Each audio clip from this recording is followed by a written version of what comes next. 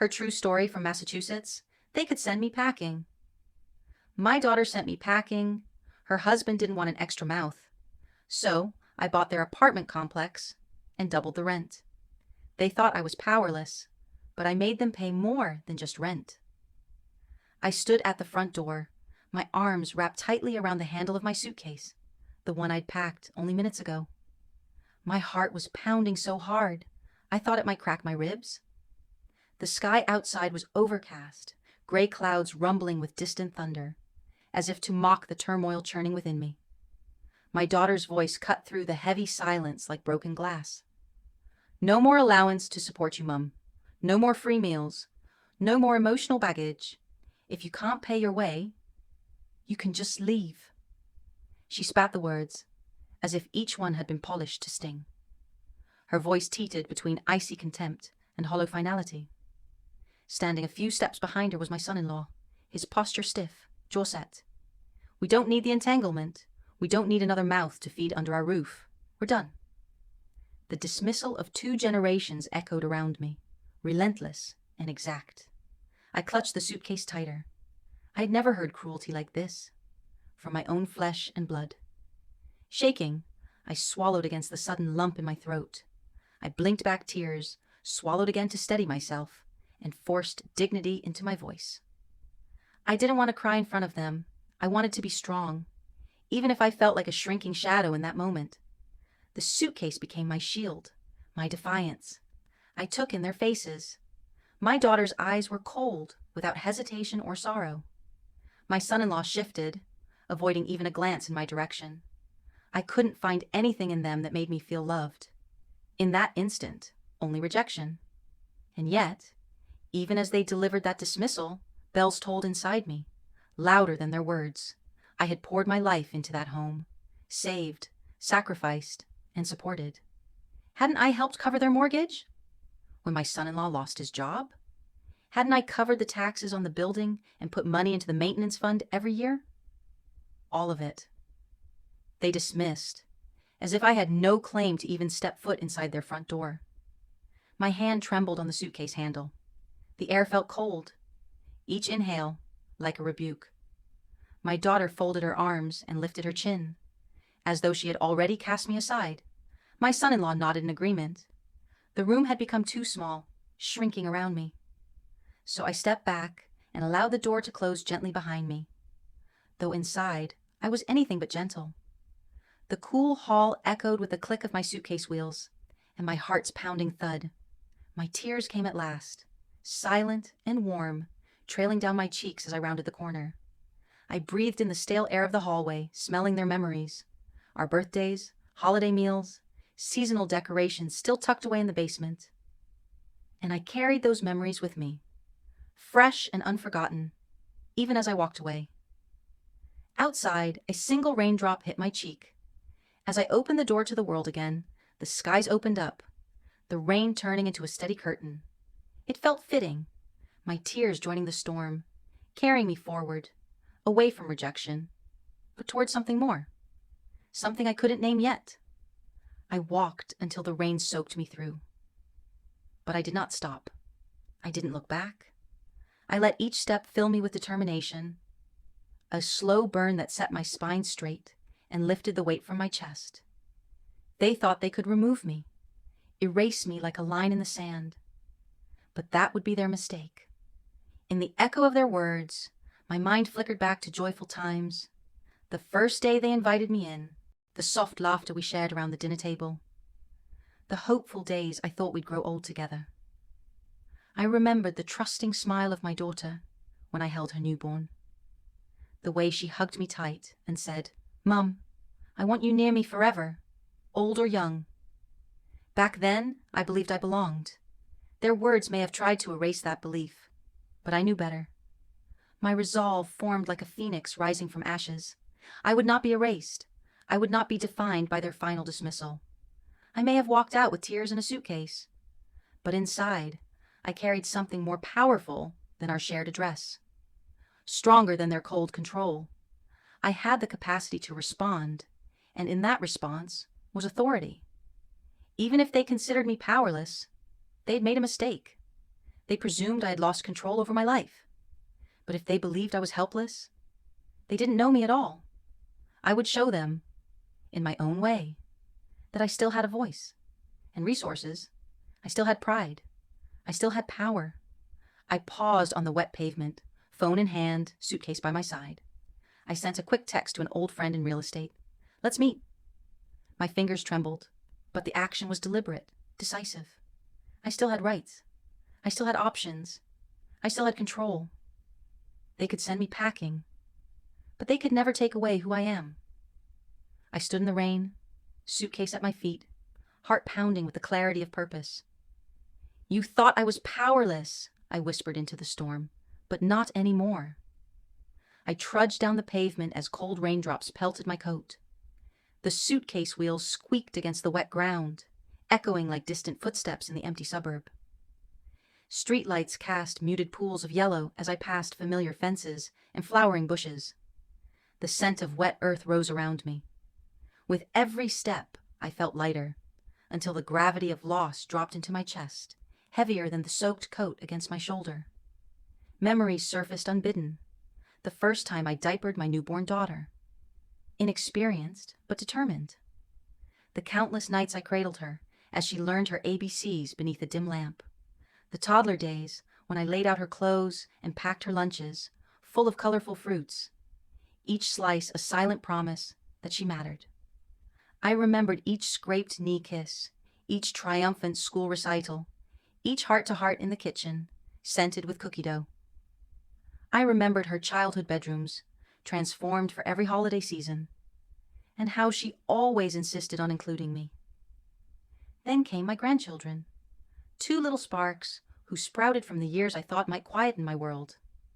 I braided their hair, taught them how to skip stones, repaired scraped elbows with antiseptic and bandages.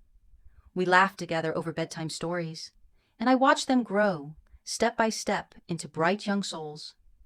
I paid the property taxes for that house, pressed my hands into the grout I helped repair in the bathroom after a pipe leak. I recalled reading them stories during snowstorms, knowing the warmth of family had nothing to do with the thermostat. I recalled the holiday dinners I labored over. Roast turkey, mashed potatoes, tender pies served with pride and love. I recalled the way my daughter looked at me from across the table as she raised her glass whispering, "Thank you, Mum, for everything." And now, none of it seemed to matter. My name had vanished from their lives like mist. No one called me anymore, except to ask when I'd pack my bags. No one invited me to family movie nights or birthday dinners, unless I sucked it up and asked, or simply showed up, unwanted. Mail with my name still arrived in the mailbox, but no longer held invitations. Just flyers for services I couldn't pay, or leftover takeout menus from places they no longer dined. It felt like ghosts lived in their memories, and I was the only ghost left. As the rain soaked through my coat, I thought of their voices at the door. We don't need another mouth to feed. The sting wasn't just in their words. It was the casual cruelty in their tone, the ease with which they unmade me. I had been caretaker, friend, confidant, and overnight I became an inconvenience. I felt corroded from the inside, the ice of their rejection seeping into every corner of my beliefs. Had I misread every glance? Every smile? Every shared meal? My heart tightened. I swallowed down the shame, like a sour pill that wouldn't dissolve.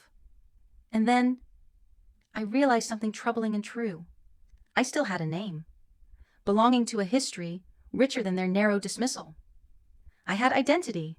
I had value. I had power. Just not where they had expected it.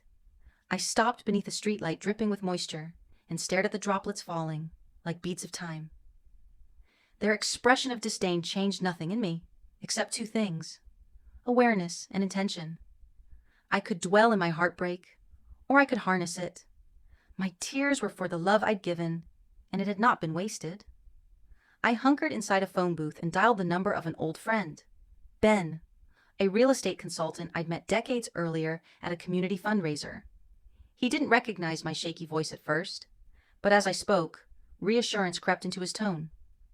"Let's meet tomorrow," he said. "We'll look at that apartment complex on Oak Street." My hands slid from my coat pockets, trembling, but the fire had started in my chest. I moved on after that.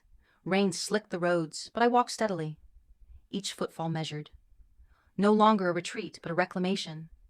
Even as memory weighed heavy, I let the path forge a new one. A path toward possibility, not trepidation. I would not vanish. I would not accept erasure. I would not cower in shame. I would show them I was still here. And then, I would show them exactly what I could do. Because if they believed I was powerless, they were wrong. Terribly, profoundly wrong. They had sent me packing, but not out of power, out of misplaced self-assurance. I would turn their dismissal into my opportunity, and more than rent. I intended for them to pay attention.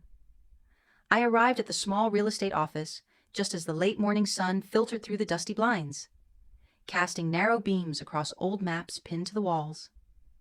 My coat was damp at the collar, but I didn't notice. I slipped inside, clutching my purse and the edge of hopes that had just begun to stir. The familiar scent of stale coffee and printer ink greeted me, an odd comfort amid the turmoil of my day. Marjorie? A tall, silver-haired man looked up from his desk, his eyebrows lifted in surprise, then softened into a warm, knowing smile. It's been years. I managed a small smile in return. Too many, Henry. Thank you for seeing me. He gestured to a chair. I sank into it, grateful for the support. Henry had been an old friend, an ambitious college graduate, brimming with ideas about housing development. I had helped him with early mentoring, sharing contacts, moral support, even a small loan to keep his fledgling consulting business afloat. I still remembered the victorious laughter over that first contract he signed with a local landlord. And I still knew he owed me more than a thank you now. As my eyes adjusted to the plastic potted plant in the corner and the screensaver of penthouses scrolling by, I took a breath and laid out my plan. I know where my daughter lives, I began. I gestured toward the glossy brochure I'd tucked inside my folder. It's an apartment complex on Oak Street, 30 units, built in the mid-90s. I've looked at the books. It's underpriced. Henry leaned back, studying me. You want to buy it? I want to buy where she lives. My voice cracked as I repeated the hushed sentence. Not to punish her, but to remind her that I still have choices, that I still have rights, that I'm not dependent on their good grace. He nodded slowly, his eyes sympathetic but curious. Okay, let's walk through the numbers. We spent the next 30 minutes poring over spreadsheets and loan options. Henry pulled out projections, purchase price, financing rates, projected rental income. My pulse raced as we examined risk versus reward. The apartment building needed updates, but with moderate investment, occupancy could rise and revenue could follow. It was overwhelming. Legal forms, loans, assessments, a mountain of bureaucracy and maths. But beneath it all, a spark of possibility shone brighter with each new document. Henry paused at one point, looking me in the eye. You're doing the right thing. You're standing up, not just for yourself, but making a point. His encouragement felt like embers, igniting a fire. I exhaled, took a sip of lukewarm coffee, then nodded. I'm ready. Signing the pre-qualification documents made my hand tremble. I signed again. A stack of forms slid beneath my pen. Credit applications, proof of income, the outline of a loan that would allow me to take ownership. My breath hitched as I tapped sign electronically. Henry slid the screen away and smiled. Well done. I'll be in touch about inspection dates and bank meetings. I rose slowly, pressing my hand to the smooth wood of the desk. Emotion welled up in me. Pride, fear, determination, satisfaction. I had taken the first step. As I gathered my folder, Henry handed me a manila envelope. Here are copies of the documents. This is your path to ownership. I gripped the envelope, feeling the weight of paper and intention. It was a promise, a contract, not just with the bank, but with myself. I stepped outside into the midday glare, the sun warm against my damp coat. I paused at the curb, shifted the envelope under my arm, and smiled. Inside the envelope were options, accountability, and authority. They were what I had owed myself all along. I began walking, letting the sun dry my coat. In my chest, a slow drumbeat of resolve sounded, steady and sure. Hope had found its roots. The turn I had taken, silent, unannounced, was begun. And before long, it would become their surprise. I would hold the keys, literal and symbolic, to their sense of power. I folded the copies neatly back into the envelope, feeling the crisp edges beneath my fingertips. With each step away from the office, I kept that moment close. Paper and purpose entwined. I would bring this victory home to them. I would show them that I was far from powerless. That evening, I sat at my kitchen table late that evening. The envelope of documents and spreadsheets spread before me like a secret map. The kitchen light cast a warm glow over every number, every row of projected income and expense. I traced the rental contracts for each unit I'd obtained, looking closely at rent amounts, lease terms, and occupancy details. Unit by unit, I annotated notes in the margins. Month-to-month tenant. Lease expires June. Needs HVAC update. These weren't just lines on paper anymore. They represented real people, real incomes, and real leverage. Next, I flipped through the minutes of the building's management board. Former meetings filled with maintenance proposals, landscaping costs, elevator inspection fees. They felt strangely personal. I underlined entries about rising rent. and delayed repairs. With this information, I could evaluate where improvements might justify rent increases. Or better yet, allow me to implement upgrades that tenants, including my daughter and son-in-law, would pay for willingly once they realized the value. My heart beat a little faster. I sensed the potential. Across the country, my daughter was living in one of these very units, oblivious to how carefully I was preparing.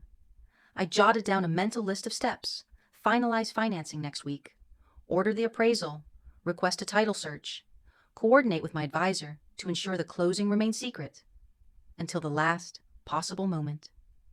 They would wake one day to a new landlord. Phone calls followed, with Henry, my advisor, a title insurance agent, and the accountant. Each call advanced the plan. Deposit wire transfers, authorized inspection, scheduled for next week, closing set for 2 weeks' time. I felt a thrill in my chest, like a quiet promise being sealed. There was tension, of course. My savings were on the line. The loan would commit me for years.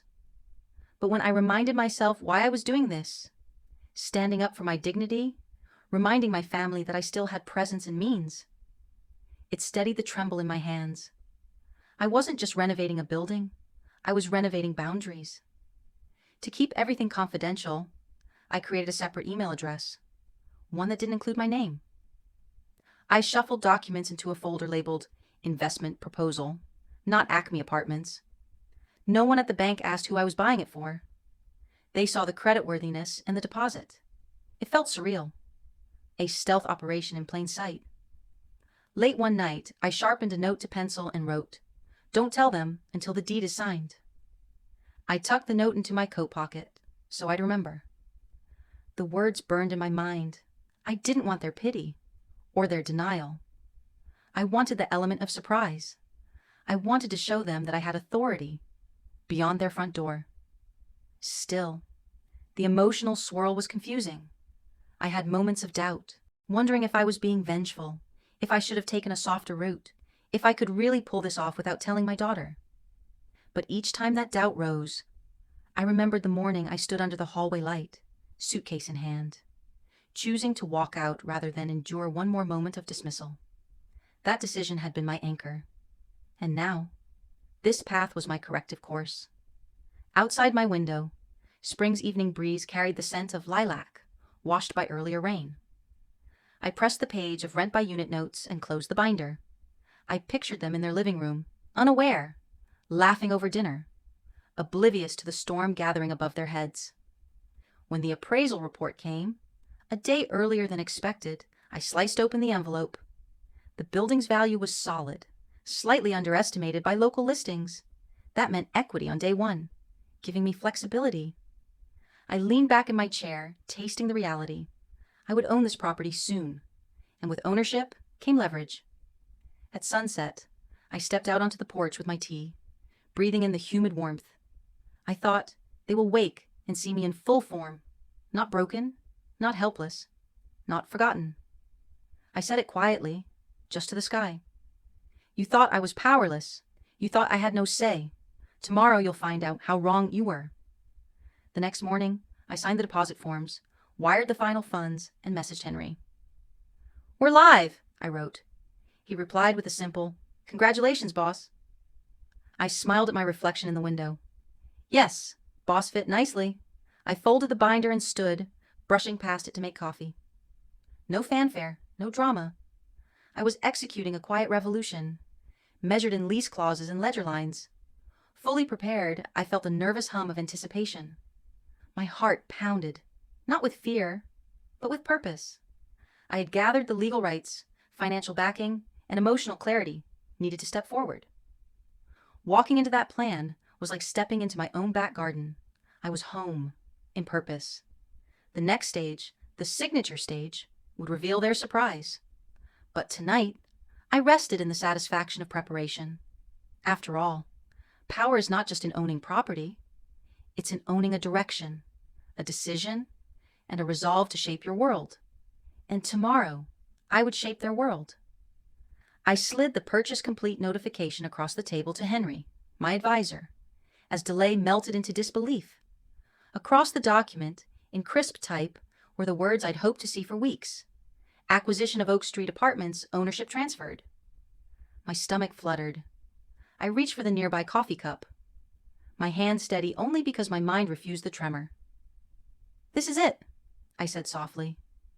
I no longer just lived in their home. I owned the building they lived in. Henry smiled. He'd seen the look of steel in my eyes. Henry smiled. He'd seen the look of steel in my eyes before, but never doubted me when I said, this wasn't about vengeance. It was about reclaiming dignity. We reviewed the memo's details quietly. Closing date, fund transfer confirmation, legal authority granted. The balance was clear. The outcome, undisputable. For 2 days, I remained silent, letting the news settle like ripples in a still pond. I gathered what I needed.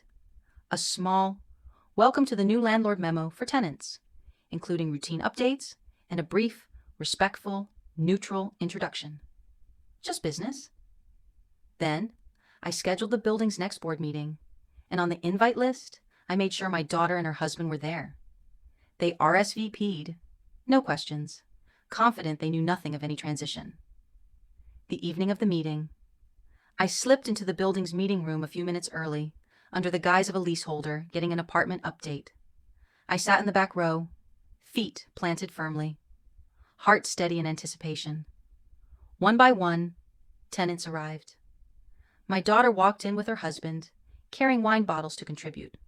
She gave me a quick nod. I returned a polite smile and sank into my seat. I watched the room buzz with small talk about leaks, lobby rugs, and whether the car park needed new lights. At the table's front sat Mr. Alvarez, the longtime property manager, and a few others. I looked around. All familiar faces. Long-standing tenants who'd shared dinners, complaints, friendships. None expected tonight's reveal. As the manager droned on about coat closet extensions, I tapped the microphone. Heads turned, curious. The manager paused. Miss Patterson?" he asked, gesturing to me. I stood and walked forward, each step crisp, purposeful. My voice carried calmly. "Thank you for organizing this meeting. I'd like to introduce myself properly. My name is Marjorie Thompson, and as of last week, I am the legal owner of Oak Street Apartments." A hush fell across the room. I could feel the tension tilt. Like dominoes tipped. My daughter's eyebrows shot up. Her husband's jaw clenched, his eyes sharp, trying to mask fear. Tenants murmured uneasily. The manager cleared his throat. "I was unaware this was in progress," he began. I raised a hand. "This morning, a few of you received my welcome letter. I want to clarify tonight that, with ownership, comes responsibility. And with that, changes." I paused. A glance across the table caught my daughter's breath, tightening. "I've reviewed the building's financials. Rentals haven't been adjusted in over 5 years, despite increased maintenance costs. Going forward, The rent for each unit will double. Effective 60 days from today. A written addendum will be delivered to each household. A collective gasp rippled. Some tenants paled. Others looked betrayed.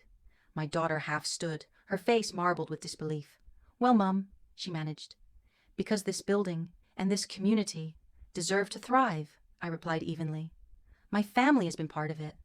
We've sacrificed, spent, kept it standing. My daughter and her husband have benefited without contributing. Now, everyone will share in responsibility. I saw her face flush. She leaned forward. Mum, that's insane. We can't afford. But you will, or you will move, I said. Choice rests with each household. But note, rent includes upkeep, parking, landscaping, real costs that have weighed heavily. It's the only way to preserve quality living. Silence returned. The room buzzed with whispers. I watched her husband lean in, nodding in agreement. With me, or with the concept that cost had to match upkeep. Their eyes told a shifting story, entitlement giving way to reality. We'll hold an open meeting in 2 weeks, I continued, so any tenant can ask questions about rent breakdown, timelines, and whether relocation assistance is available for those displaced. I aim for fairness, but not dependency. She opened her mouth. I held her gaze calmly. We are done being asked to pay for their lifestyle with unpaid labor, unpaid living. We will all pay. We all own this community. With that, I sat back down. I felt the hum of electricity in the room. Not shock, not anger, yet, but understanding that a new order had been established. My daughter stared at the annotated lease revisions I'd prepared. Her lips pressed thin. My heart pounded, not with triumph, but with quiet resolve. They had called me powerless. But now, I held the title. The manager resumed. Thank you, Miss Thompson. We'll vote on the proposed rent structure at the next session. The room stood in collective hush. I caught my daughter's eye. She looked like a child who had lost a spell. To a stranger. I nodded once, gently, and gathered my papers. As I stood, I felt each step take me closer to justice, and further from needing permission to live. The meeting adjourned. People filed out, subdued, but no longer watching me. They recognized my position, and for the first time in a long while, I felt the weight lift from my shoulders. Because I had shown them, I was not a guest in my own life, not powerless, not dispensable, and absolutely still in control. I exited into the cool night air, feeling the wind in a different way. No longer rejection, but potential. I carried my papers carefully, and my dignity. Shadows stretched long behind me. 1 week later, I walked into the same meeting room a week after announcing the rent increase. My folder was under my arm, and that quiet fire in my chest still burned. The room buzzed with cautious tension. Tenants whispered in low tones. My daughter and her husband sat in the front row, faces pale, as if they'd seen a storm about to break. I didn't sit. I stood at the head of the table. The new landlord, not just their mother. I closed the folder with measured calm. Thank you all for returning, I began. Tonight, I'm here to finalize our amended lease addendum, which includes the rent adjustments we announced last week. Before we begin, I'd like to address a clause I've added for my daughter and son-in-law specifically. I watched their faces tighten as murmurs ran through the room. She swallowed. He shifted uncomfortably. I held their gaze. Under Massachusetts law, landlords may include clauses for caretaker services when family resides on the property.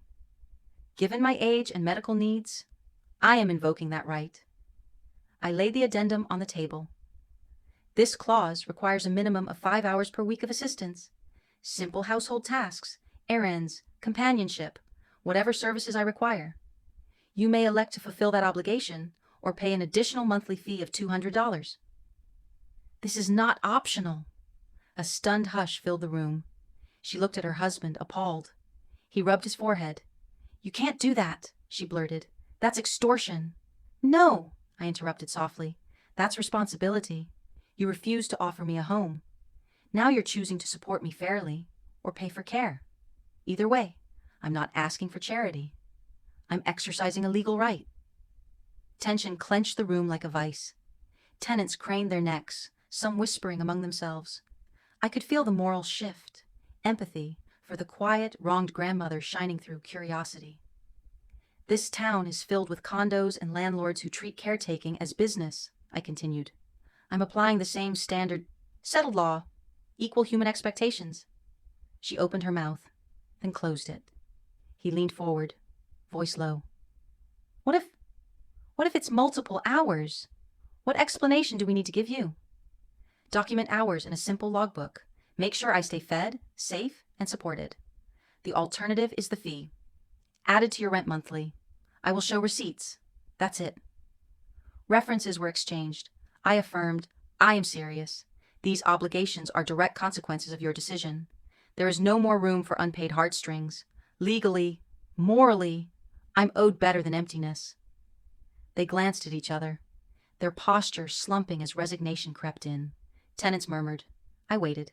Silence lingered, heavy. Finally, she cleared her throat. We'll do it. We'll sign. I nodded. I pulled each of them forward, gently. Her hand trembled as she took the pen. Remember, I said quietly, though the words echoed. This isn't punishment. It's accountability. You chose to treat me as an inconvenience. Now you're choosing how you will remedy that. I handed them their copies. On each sheet, a clear clause explaining their options, care or cash. Then I addressed the room. Each tenant has until next week to accept the new lease terms with rent adjustments. If you disagree, you must give notice. I let the expectations settle. Once signed, the rent and obligations will be enforceable. That's fair. That's just. Someone in the back cleared their throat. We appreciate the clarity, Miss Thompson. Another tenant nodded. The new landlord stood quietly, dignity intact. I closed my folder, feeling the room shift.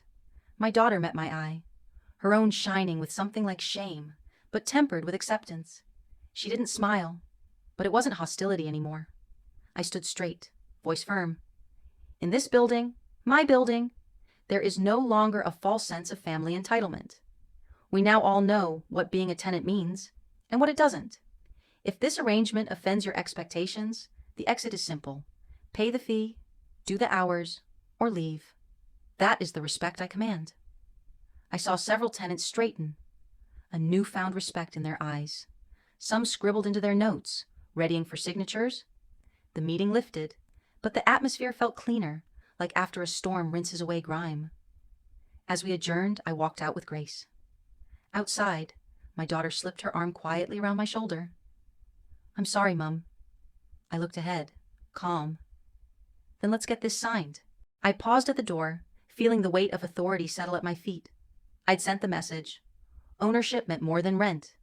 It meant respect. And we honor what replaces that comfort, self-respect, earned through truth. It's easy to say, she must be so angry. But that's not the point. Justice isn't bitter. Justice isn't spiteful. It's necessary. It's the balance restored after the weight of injustice has been borne. When respect is denied, when your presence is reduced to something optional, you don't retreat. You emerge in full color, with the keys in your hand and the floor solid beneath your feet.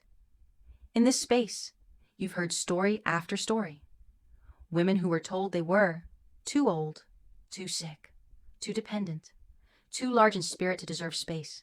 And each time, they stood. They signed the deed, took the stand, gathered the documents, boarded the plane, held the door open for themselves. They didn't just refuse to disappear. They created a stage for their return. If this story resonates, if it gives you goosebumps or tears or a gentle ache of recognition, please subscribe to Grandma True Stories. It isn't just a channel. It's a community, a gathering place for voices that were once forgotten, but not anymore. You'll find tales of quiet revenge, dignified defiance, dismantled expectations, doors unlocked, not for others, but for themselves. Subscribe now. Join the women who dared to say, no more waiting. The women who renamed their lives, who carved dignity from silence, and drew lines in their own names, signed and sealed. Because remember, silence isn't weakness. It's the hush before the world shifts. Justice.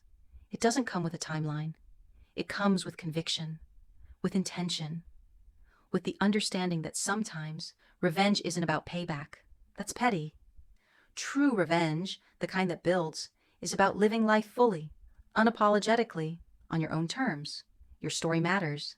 Their story matters. And mine? Well, mine is still living, still unfolding, one strong day at a time. Subscribe to Grandma True Stories, where every story is a testament, every voice unforgettable, and every grandmother a quiet architect of her own destiny. Because revenge has no expiration date. And so, our stories continue, loud in their truth, gentle in their power, enduring in their message. Thank you for being here. Justice had been served, not with chaos, but with clarity. Clause by clause, step by step. As I stepped onto the steps, the rain had stopped. Clouds parted. I squeezed the folder in my hands, smiled quietly to the sky, and knew I had reclaimed what had once been taken. They thought property ownership couldn't protect me. I made them prove they were willing to treat me as a person, not just a provider, and in doing so, I showed them that sometimes the rent is more than money. It's dignity, and it depends on all of us. I descended the stairs like a woman who had reset the balance of her life and left behind a lesson money can't buy, in a building that, for the first time, felt like justice. Later, that evening, I stepped into the lobby, heading back to my apartment after that intense board meeting. But something made me stop, just outside their hallway. I heard voices, quiet at first, then growing. "Did you catch what she said?" one tenant whispered to another. "She's right," another replied. "I've been living here 10 years and never felt heard." A few doors down, I heard a soft sniffle, followed by, "All that strength. And she's right. Respect is worth more than discounted rent." The murmurs spread like wildfire, tenants exchanging glances, holding back applause until the moment felt right. Then, the soft rustle of clapping began. First a few hands, then more, crescendoing into a steady round of acknowledgement. I watched from the doorway as neighbors I barely knew began to gather. Some wiped tears from their cheeks. One woman murmured, "I thought I was alone." And another whispered, "I'm so glad she stood up." Inside their apartment, through the glass door, I saw my daughter standing by the table, her eyes red, but not with resentment. She looked at me, tears in her gaze, and I felt a familiar ache bloom in my chest. I crossed the threshold. My daughter's husband stood near her, silently. He said nothing, but I saw the tension leave his shoulders as understanding dawned. I held the plate of birthday cake I'd brought earlier. The edge of the candlelight flickered across the frosting. I leaned close to my daughter and whispered, voice firm but soft, "You are still my daughter." She blinked, lips trembling, tears bright. I reached across the small coffee table and took her hand. Warm and real. She pressed back. Tenants, those whose lives I now help oversee, stood close enough to hear. They were silent witnesses, their support unwavering. My daughter looked at me, the room calm but full. She took a steadying breath and reached toward the cake. Together, with tenants as audience, we relit the birthday candle, and she blew it out. It was quiet, but not empty. It was full of possibility. In that soft glow, I felt something shift. Years of wrongs met with the light of presence, accountability, and love. Her voice broke the hush. "Mom, thank you." Her words weren't grand, but they carried weight. I nodded. "Happy birthday, sweetheart." She smiled, finally, easily, like the first breath after a long storm. Around us, the soft hum of voices, small nods, and the unspoken promise of community solidarity filled the hallway.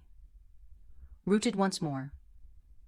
For the first time since being cast away, I felt rooted, not just by lease or ownership, but by respect, by recognition. And there, in that chorus of shared dignity, I realized, sometimes a building's tenants can become a family, and sometimes that family can redefine what a home truly means.